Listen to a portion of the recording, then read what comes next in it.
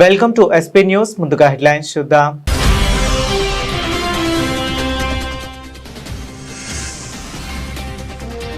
ప్రపంచవ్యాప్తంగా వణికిస్తున్న ఎబోలా మహమ్మారి గతంలో కంటే అత్యంత వేగంగా విస్తరిస్తుందన్న WHO.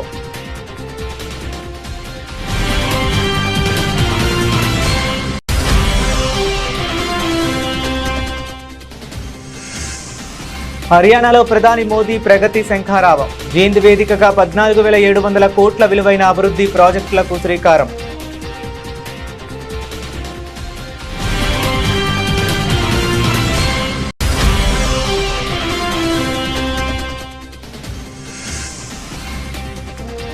దేశంలో మరోసారి డీలిమిటేషన్ వేడి. కేంద్ర మంత్రి షెకావత్ కీలక వ్యాఖ్యలు.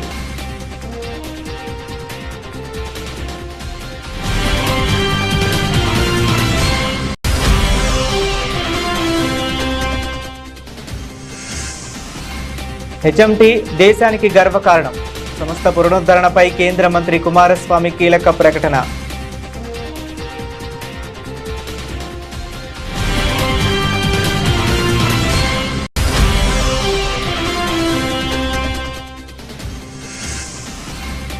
రేవంత్ రెడ్డిని కలిసిన T20 విజేత హైదరాబాద్ ఛాంపియన్స్. క్రీడాకారులకు చెక్కులు అందజేసిన ముఖ్యమంత్రి.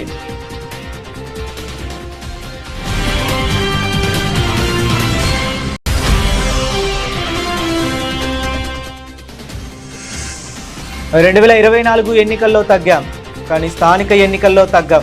కూటమి సీట్ల సర్దుబాటుపై నాదెండ్ల మనోహర్ సంచలన వ్యాఖ్యలు.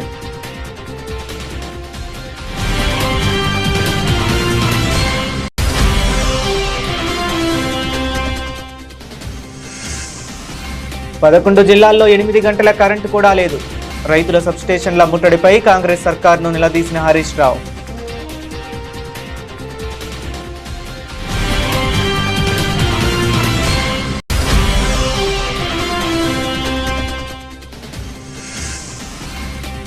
జగన్ 2.0 సూపర్ యాప్ను ఆవిష్కరించిన వైఎస్ జగన్. పార్టీ బలోపేతానికి డిజిటల్ వ్యూహంతో ముందుకెళ్తున్న వైసీపీ.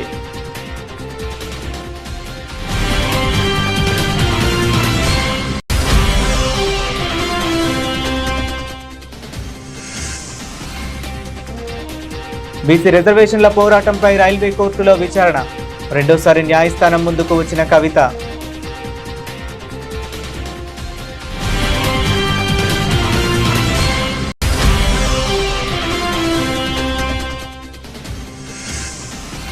నేతన్నలకు 25,000 హామీ ఏమైంది?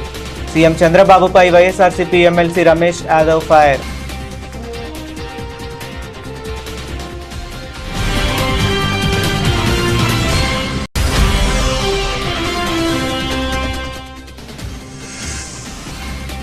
జపాన్ ఓపెన్లో సెమీస్కు దూసుకెళ్లిన PV సింధు. గెలిస్తే 3 ఏళ్ల తరువాత సూపర్ 750 ఫైనల్.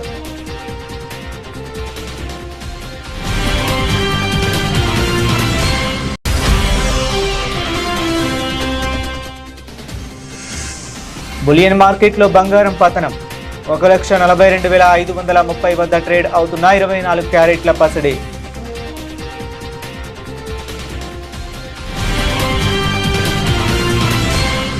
ప్రపంచాన్ని మరోసారి ఎబోలా మహమ్మారి భయాందోళనకు గురిచేస్తుంది. ప్రస్తుత ఎబోలా వ్యాప్తి గతంలో ఎన్నడూ లేనంత వేగంగా విస్తరిస్తుందని ప్రపంచ ఆరోగ్య సంస్థ డైరెక్టర్ జనరల్ డాక్టర్ టెడ్రోస్ గాబ్రియేసన్ తీవ్ర ఆందోళన వ్యక్తం చేశారు. గతంలో సంభవించిన ఎబోలా సంక్షోభాల కంటే ఈసారి వైరస్ వ్యాప్తి రేటు అత్యంత ప్రమాదకరంగా ఉందని ఆయన హెచ్చరించారు. ఈ ప్రాణాంతక వైరస్ బారిన పడిన వారిని కాపాడుకోవడానికి, మరణాల రేటును తగ్గించుకోవడానికి ముందస్తు రోగ నిర్ధారణ మాత్రమే కీలకమైన ఆయుధమని డాక్టర్ టెడ్రోస్ స్పష్టం చేశారు. Yesterday marked 2 months since the government of the DRC declared the epidemic of Ebola. Since then, the outbreak has expanded rapidly. It's now the third largest Ebola outbreak on record, and in the past months it has expanded faster than any previous outbreak. So far, 2,073 cases have been reported with 796 deaths.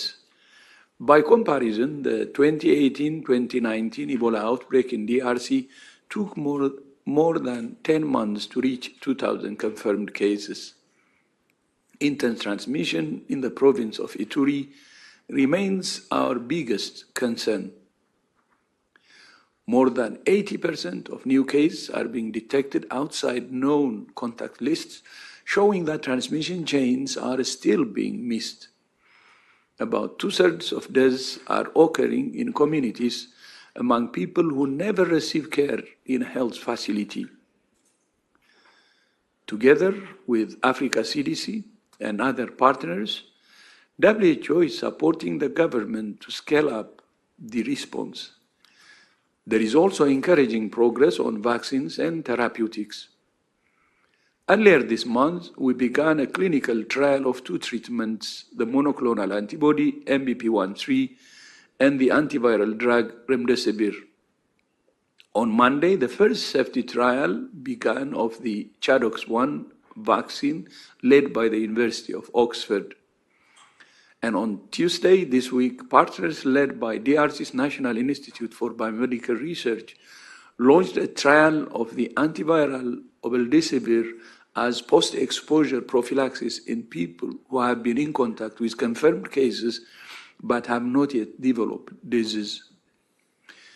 Even without approved vaccines and treatments, 377 people have recovered, showing that with early diagnosis and safe care, this disease can be survived and stopped. భారతదేశ మౌలిక వసతుల కల్పనలో నేడు మరో చారిత్రాత్మక ఘట్టం ఆవిష్కృతమైంది. హర్యానాలోని జీంద్ నగరంలో ఉన్న ఏక్లవ్య స్టేడియం వేదికగా ప్రధానమంత్రి నరేంద్ర మోదీ గారు సుమారు 14,700 కోట్ల విలువైన మెగా ప్రాజెక్టులకు శంకుస్థాపనలు మరియు ప్రారంభోత్సవాలు చేశారు. హర్యానా ముఖ్యమంత్రి నాయబ్ సింగ్ సైని, కేంద్ర రైల్వేల శాఖ మంత్రి అశ్విని వైష్ణవ్ సమక్షంలో ఈ ఉత్సవం అత్యంత వైభవంగా జరిగింది. ఈ సందర్భంగా ప్రధాని మోదీ హర్యానా సాంప్రదాయ శైలిలో మేరీ రామ్ రామ్ ఆప్ సభీకో అంటూ ప్రసంగాన్ని ప్రారంభించగానే సభా ప్రాంగణమంతా చప్పట్లతో మారుమోగిపోయింది. जिंद की इस गौरवशाली भूमि से आप सभी को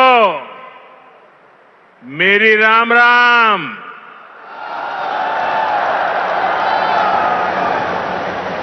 आज इस पवित्र धरती पर आकर मन गदगद हो गया है। यह कोई साधारण धरती नहीं से, यह धरती इतिहास, वीरता, धर्म और गौरव की धरती से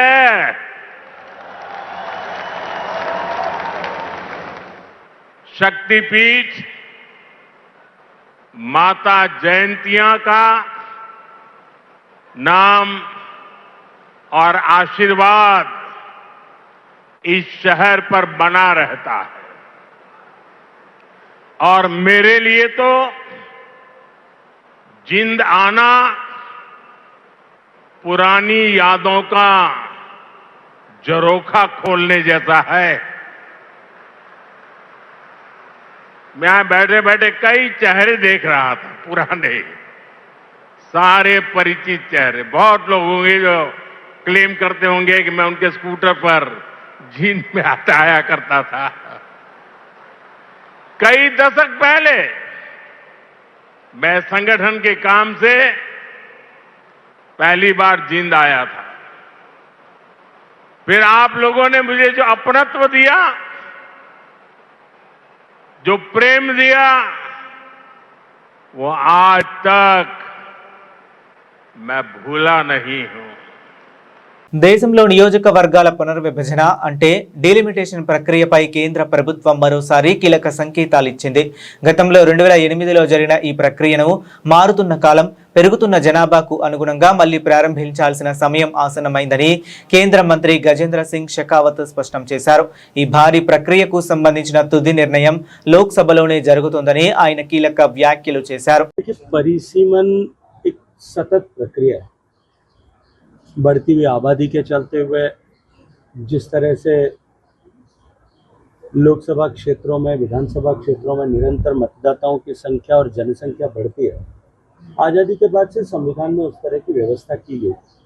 पिछला परिसीमन जब 2008 में लागू हुआ था और उसको परिसीमन के जिस एक्ट के माध्यम से उसको लागू किया गया था, उस एक्ट में ये प्रावधान किया था कि 2025 के बाद में फिर पुनः वापस परिसीमन होगा। मुझे लगता है कि अब समय आ गया है, लेकिन ये निर्णय लोकसभा के पटल पर होना है, लोकसभा के सांसदों के विवेक के अनुसार होना है। आज के समय में ये प्रासंगिक और भी अधिक इसलिए हो गया है कि माननीय प्रधानमंत्री जी ने जिस तरह से महिलाओं को सशक्तिकरण करने से आगे बढ़कर के महिलाओं के सशक्त नेतृत्व में देश का विकास हो, उस दिशा में देश को आगे बढ़ाने के लिए महिलाओं को विधायी कार्यों में उनकी सहभागिता को हम जो है एक्ट ऑफ लॉ के द्वारा सुनिश्चित कर सकें, तो पार्लियामेंट के द्वारा सुनिश्चित कर सकें, इस दृष्टिकोण से जो फैसला किया था उसके प्रसंग में निश्चित रूप से ये डिलिमिटेशन होना आवश्यक है। लेकिन विपक्ष ने पिछले सत्र में जब ये लोकसभा के पटल पर रखा गया था, तब जिस तरह से विपक्ष ने अपना महिला विरोधी होने का जो उनका या महिलाओं की भागीदारी को रोकने का जो उनका चाल और चरित्र है, वो दोनों के लेकर के वो बेनकाब हुए थे। तो आवश्यक है, प्रासंगिक है। लोकसभा के पटल पर लोकसभा का सत्र प्रारंभ होने के साथ जब बिजनेस एडवाइजरी कमेटी की मीटिंग होगी और उसमें सभी पार्टी के सदस्य बैठ करके तय करेंगे कि ये विधेयक जो है वो लाना चाहिए, तो निश्चित रूप से विधेयक आएगा। బెంగళూరులోని ప్రతిష్టాత్మక కేంద్ర ప్రభుత్వం రంగ సంస్థ హెచ్ఎంటీ భూములపై కేంద్ర రాష్ట్ర ప్రభుత్వాల నడుమ సరికొత్త వివాదం చెలరేగింది. హెచ్ఎంటీ ఆధీనంలో ఉన్న 430 ఎకరాల అటవీ భూమిని తక్షణమే తిరిగి రాష్ట్ర ప్రభుత్వానికి అప్పగించాలని కర్ణాటక సర్కార్ ఆదేశించింది. ఈ నిర్ణయంపై కేంద్రం భారీ పరిశ్రమల శాఖ మంత్రి హెచ్డి కుమారస్వామి తీవ్రంగా స్పందించారు. హెచ్ఎంటీ సంస్థ కేవలం కర్ణాటక రాష్ట్రానికే కాదు, యావత్ భారతదేశానికి గర్వకారణమని ఆయన కొనియాడారు. రాష్ట్ర ప్రభుత్వం భూములను వెనక్కు అడుగుతున్న తరుణంలో తాము మాత్రం హెచ్ఎంటీని మూసివేయకుండా దానికి పూర్వ వైభవం తీసుకువచ్చి పునరుద్ధరించే దిశగా అడుగులు వేస్తున్నట్లు స్పష్టం చేశారు. Visiting HMT because of I wanted to revive this HMT unit. For that reason only, today with my officers I visited the place. In 2024 election, accidentally because of Mandya voters pressure, I contested for parliament election from Mandya. After my winning the election, Honorable Prime Minister Shri Narendra Modi ji selected me in his cabinet as a cabinet minister. He has given me the responsibility to administer heavy industries and steel ministry. On that context, after taking the charge of these two ministries' responsibility,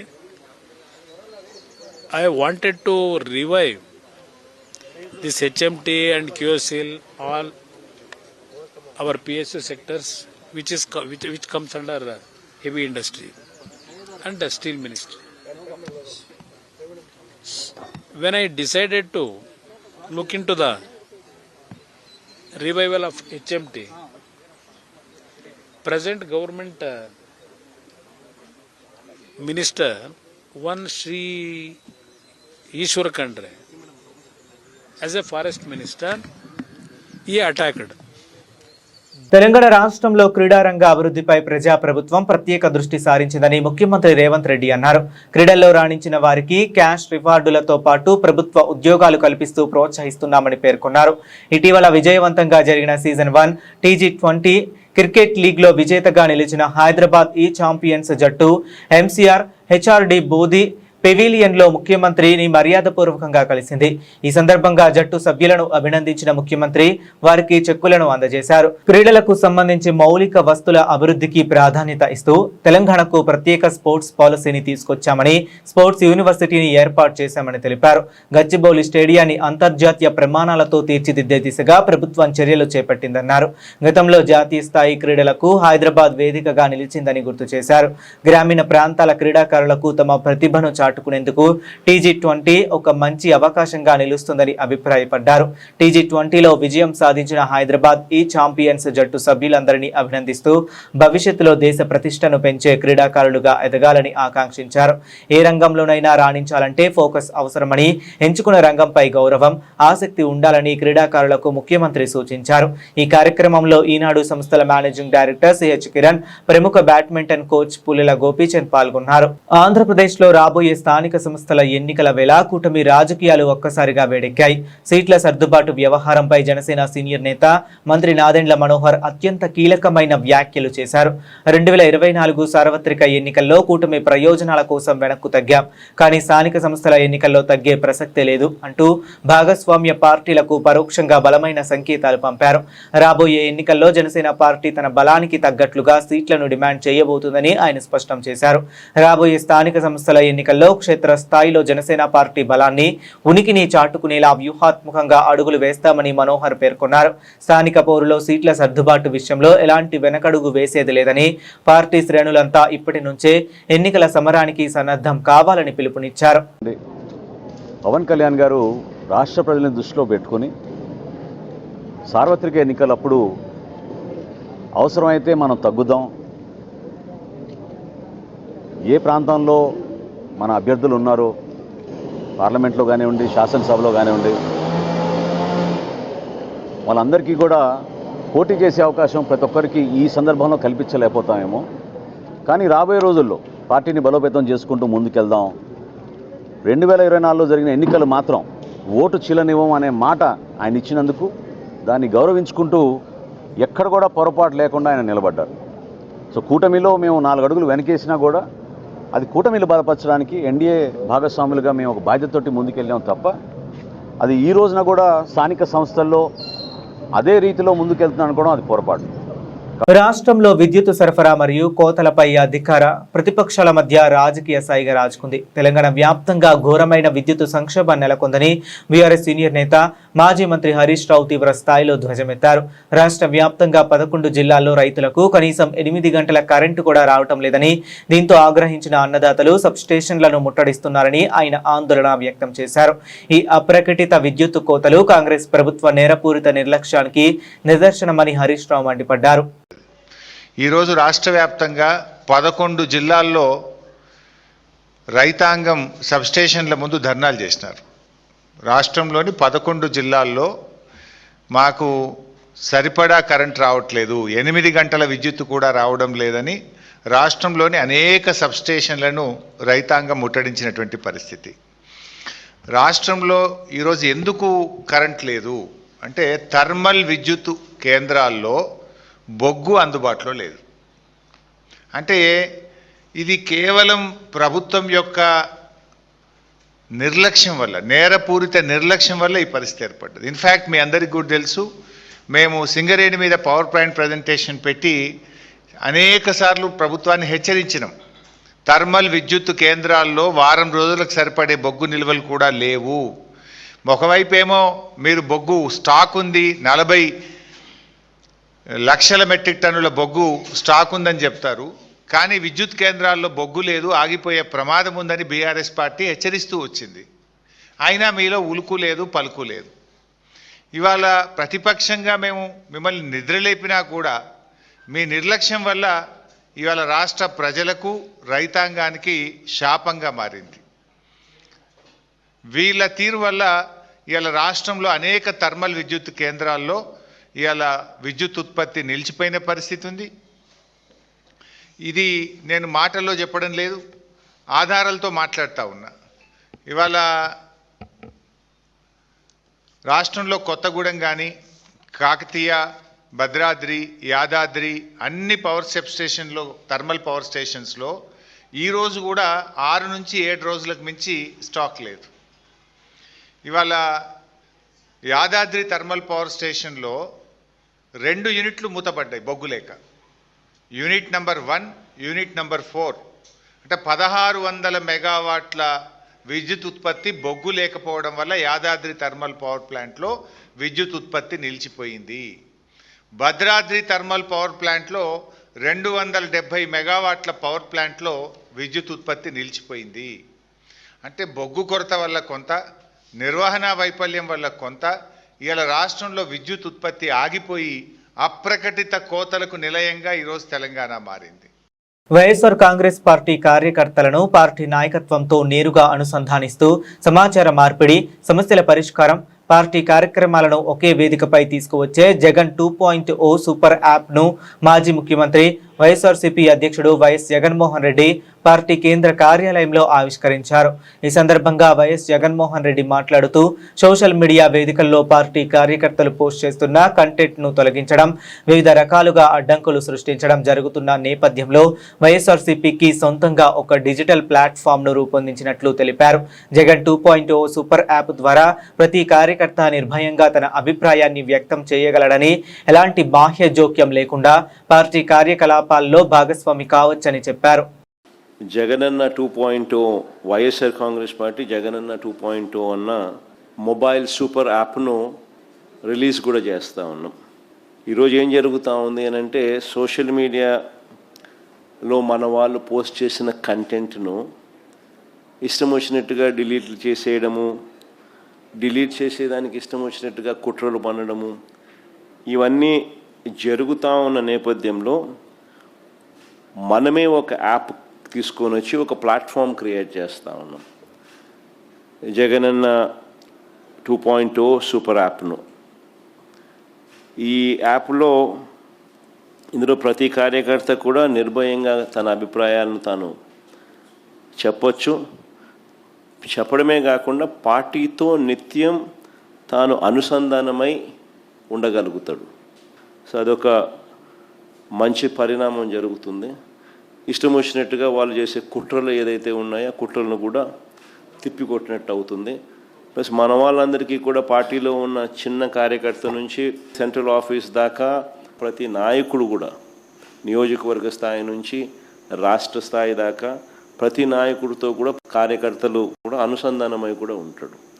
ఎందుకనంటే ఇక్కడ post చేసే ప్రతి content కూడా మన పార్టీలో ప్రతి ఒక్కరికి కూడా ఇది అందుబాటులో ఉంటుంది. కాబట్టి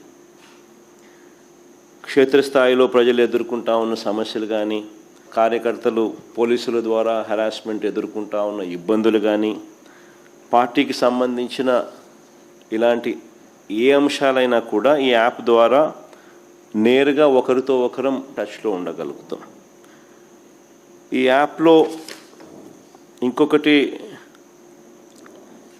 మంచి విషయం ఏమిటి అని అంటే, పార్టీలో మనం నిర్వహించే ప్రతి సమావేశము, పార్టీ నిర్వహించే ప్రెస్ మీట్లు, ముఖ్యమైన కార్యక్రమాలు, అధికారిక ప్రకటనలు, ఇవన్నీ కూడా నేరుగా లైవ్ ఫీడ్ కూడా ఈ యాప్లో ప్రతి కార్యకర్తకు కూడా అందుబాటులో ఉండే కార్యక్రమం కూడా జరుగుతుంది. సో ఇవన్నీ ఉపయోగకరంగా ఉంటాయి. ఫ్యూచర్లో కూడా ఇంకా ఈ యాప్ను ఇంకా గతంలో బీసీల హక్కుల కోసం చేపట్టిన రైల్ రోకో ఆందోళనకు సంబంధించిన కేసులో నేడు కీలక పరిణామం చోటు చేసుకుంది. బీసీలకు చట్టసభల్లో మరియు స్థానిక సంస్థల్లో 42% రిజర్వేషన్లు కల్పించాలనే డిమాండ్తో కామారెడ్డి జిల్లా కేంద్రంలో నిర్వహించిన రైల్ రోకో కేసులో కల్వకుంట్ల కవితతో పాటు పలువురు బీఆర్ఎస్ ముఖ్య నేతలు సికింద్రాబాద్ బోయిగూడలోని 2వ metropolitan magistrate court for railways Secunderabad railway కోర్టుకు హాజరయ్యారు. ఈ చారిత్రాత్మక పోరాట కేసులో నేడు రెండోసారి విచారణకు హాజరై న్యాయస్థానం ముందు తన వాదనలను వినిపించారు. తాము ప్రజాస్వామ్యబద్ధంగా వెనుకబడిన వర్గాల హక్కుల కోసమే ఈ ఆందోళన చేపట్టామని, ఇందులో ఎలాంటి చట్టవిరుద్ధమైన చర్యలు లేవని న్యాయవాదుల ద్వారా కోర్టుకు వివరించారు. ఈ కేసులో తదుపరి విచారణను న్యాయస్థానం ముందడుగు వేయగా కోర్టు వెలుపల కవితకి మద్దతుగా పెద్ద ఎత్తున తరలివచ్చారు. రాష్ట్రంలో చేనేత కార్మికుల సంక్షేమం మరియు కూటమి ప్రభుత్వం ఇచ్చిన సూపర్ 6 బెనిఫిట్స్ హామీలపై వైఎస్ఆర్సీపీ నేతలు విమర్శనాస్త్రాలు సంధించారు. ప్రతి నేతన్న కుటుంబానికి 25,000 ఆర్థిక సాయం అందించామని సీఎం చంద్రబాబు మాట ఇచ్చి ఏడాది గడిచినా నేటికి అమలు కాలేదని వైఎస్ఆర్సీపీ ఎమ్మెల్సీ రమేష్ యాదవ్ మండిపడ్డారు. ఈ ఏడాది కేవలం ఆగస్టులో ఇస్తామంటూ సరికొత్త ప్రకటనలతో కాలయాపన చేస్తున్నారని ధ్వజమెత్తారు. చంద్రబాబు హయాంలో బీసీల జీవితాలు చీకటి రోజులుగా మారాయని ఆయన ఆందోళన వ్యక్తం చేశారు. ఈరోజు నేతన్నలకు ఎంత వెన్నుపోటు పొడుస్తున్నారు. ఇచ్చిన హామీలు గుండెల్లో ఎట్లా పొడుస్తున్నారు ఈ కూటమి ప్రభుత్వం, ఈ చంద్రబాబు నాయుడు గారు. చేనేత దినోత్సవ సందర్భంగా నారా చంద్రబాబు నాయుడు గారు నారా వారి అబద్ధాల మూటల్లో నుంచి ఒక అబద్ధం పోయిన సంవత్సరం ఆగస్టు తారీఖు నేతన్నలకు చెప్పినాడు. ఏమని? నేతన్న భరోసా, ఈ రాష్ట్రంలో ఉన్న నేతన్న అందరికీ నేతన్న భరోసా కింద 25,000 రూపాయలు ప్రతి ఒక్క కుటుంబానికి, ప్రతి ఒక్క నేతన్నకు ఇస్తాననేసి పోయిన సంవత్సరం 2025 ఆగస్టు 7వ తారీఖు చెప్పిన తర్వాత మళ్ళీ ఇప్పుడు వాళ్ళ రాజముద్రిక పేపర్ల ద్వారా, వాళ్ళ ఛానళ్ల ద్వారా ఈ సంవత్సరం ఆగస్టు 7న ఈ పథకాన్ని ఇస్తున్నామనేసి రాష్ట్ర ప్రజలకు అందరికీ తెలియజేయడం జరిగింది. అంటే నారా చంద్రబాబు నాయుడు గారు వాళ్ళ పాలనలో ఎట్లా ఉందంటే, నేతన్నలకు ముందు హామీ, దాని తర్వాత ప్రకటన, ఆ తర్వాత మరో ఏడాదికి అమలు. ఇది వారి యొక్క సంక్షేమ ఫలాలు. ఇవి కూటమి ప్రభుత్వం నారా చంద్రబాబు నాయుడు గారి యొక్క సంక్షేమ, బీసీలకు ఇచ్చే సంక్షేమ పథకాలు. దీంట్లోనే బీసీలంటే బ్యాక్వర్డ్ క్యాస్ట్ కాదు, బ్యాక్ బోన్ క్లాస్ అని చెప్పిన నాయకుడు మన నాయకుడు వైఎస్ జగన్మోహన్ రెడ్డి గారు. అదే బీసీలంటే బ్యాక్వర్డ్ క్లాస్ కాదు, ఇప్పుడు బీసీలకు ఒక బ్లాక్ డేస్గా. జపాన్ ఓపెన్ సూపర్ 750 బ్యాడ్మింటన్ టోర్నీలో భారత star shuttler PV Sindhu semifinal కు చేరుకుంది. క్వార్టర్ ఫైనల్లో తలపడాల్సిన జపాన్ మాజీ ప్రపంచ ఛాంపియన్ నొజోమి ఒకుహారా గాయం కారణంగా పోటీ నుంచి తప్పుకోవడంతో సింధుకు నేరుగా సెమీస్ బెర్త్ లభించింది. ఈ సీజన్లో సింధుకు ఇది 3వ సెమీఫైనల్. అంతేకాదు 2023 డెన్మార్క్ ఓపెన్ తర్వాత సూపర్ 750 టోర్నీలో ఆమె తొలిసారి సెమీస్ కు చేరుకుంది. ఈ సీజన్లో తొలి టైటిల్ పై సింధు ఆశలు కొనసాగుతున్నాయి. సెమీఫైనల్లో సింధు చైనా స్టార్, ప్రపంచ 4వ ర్యాంకర్ చెన్ యుఫేయితో తలపడనుంది. వీరిద్దరి మధ్య ఇప్పటి వరకు 14 మ్యాచ్లు జరిగాయి. సింధు 6, యుఫేయి 8 మ్యాచ్లు గెలిచారు. గత 5 మ్యాచ్ల్లోనూ సింధుపై యుఫేయిదే పైచేయి కావడం గమనార్హం. యుఫేయిని ఓడిస్తే సింధు దాదాపు 3 ఏళ్ల తర్వాత సూపర్ 750 టోర్నీ ఫైనల్ కు చేరుకుంటుంది. అంతేకాదు వరుస ఓటముల పరంపరకు కూడా తెరపడుతుంది.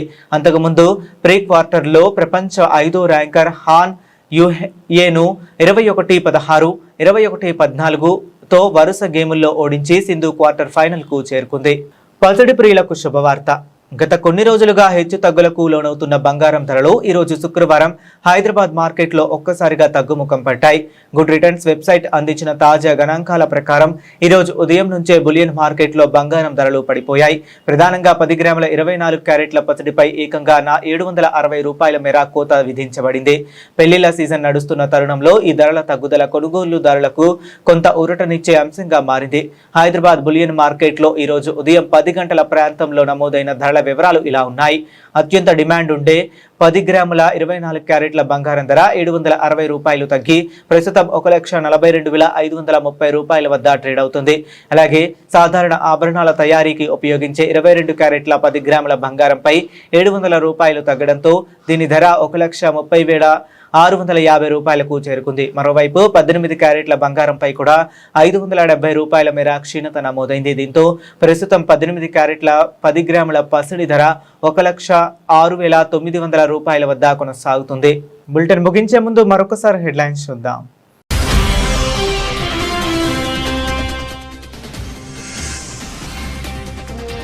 ప్రపంచవ్యాప్తంగా వణికిస్తున్న ఎబోలా మహమ్మారి గతంలో కంటే అత్యంత వేగంగా విస్తరిస్తుందన్న WHO.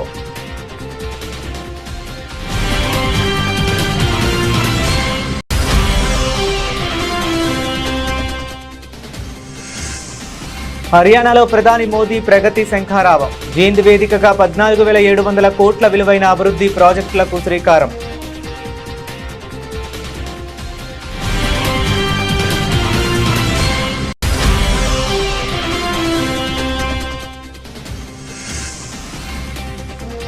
దేశంలో మరోసారి డీలిమిటేషన్ వేడి. కేంద్ర మంత్రి షెకావత్ కీలక వ్యాఖ్యలు.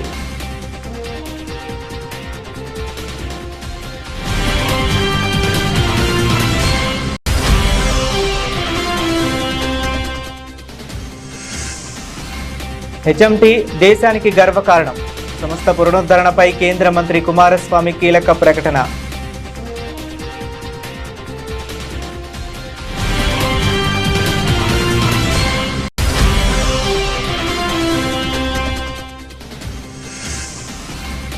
రేవంత్ రెడ్డిని కలిసిన T20 విజేత హైదరాబాద్ ఛాంపియన్స్. క్రీడాకారులకు చెక్కులు అందజేసిన ముఖ్యమంత్రి.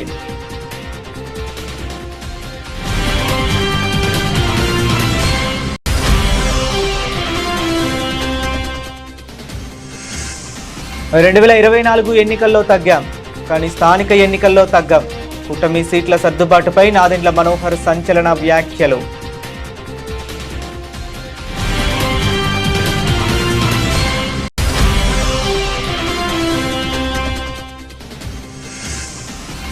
పదకొండు జిల్లాల్లో 8 గంటల కరెంటు కూడా లేదు. రైతుల సబ్స్టేషన్ల ముట్టడిపై కాంగ్రెస్ సర్కార్ను నిలదీసిన హరీష్ రావు.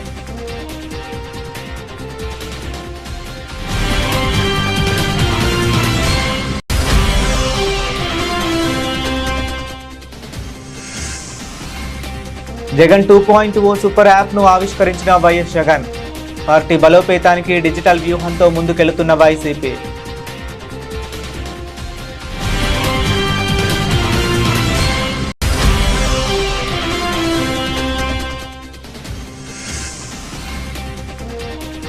బీసీ రిజర్వేషన్ల పోరాటంపై రైల్వే కోర్టులో విచారణ. రెండోసారి న్యాయస్థానం ముందుకు వచ్చిన కవిత.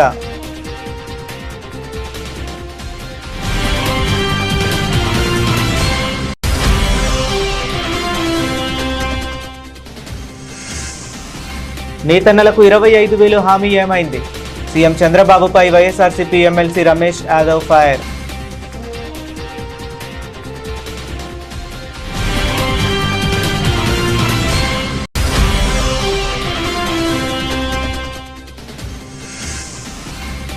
జపాన్ ఓపెన్లో సెమీస్కు దూసుకెళ్లిన PV సింధు. గెలిస్తే 3 ఏళ్ల తరువాత సూపర్ 750 ఫైనల్.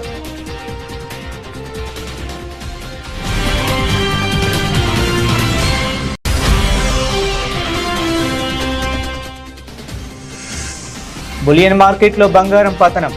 1,42,530 వద్ద ట్రేడ్ అవుతున్న 24 క్యారెట్ల పసిడి.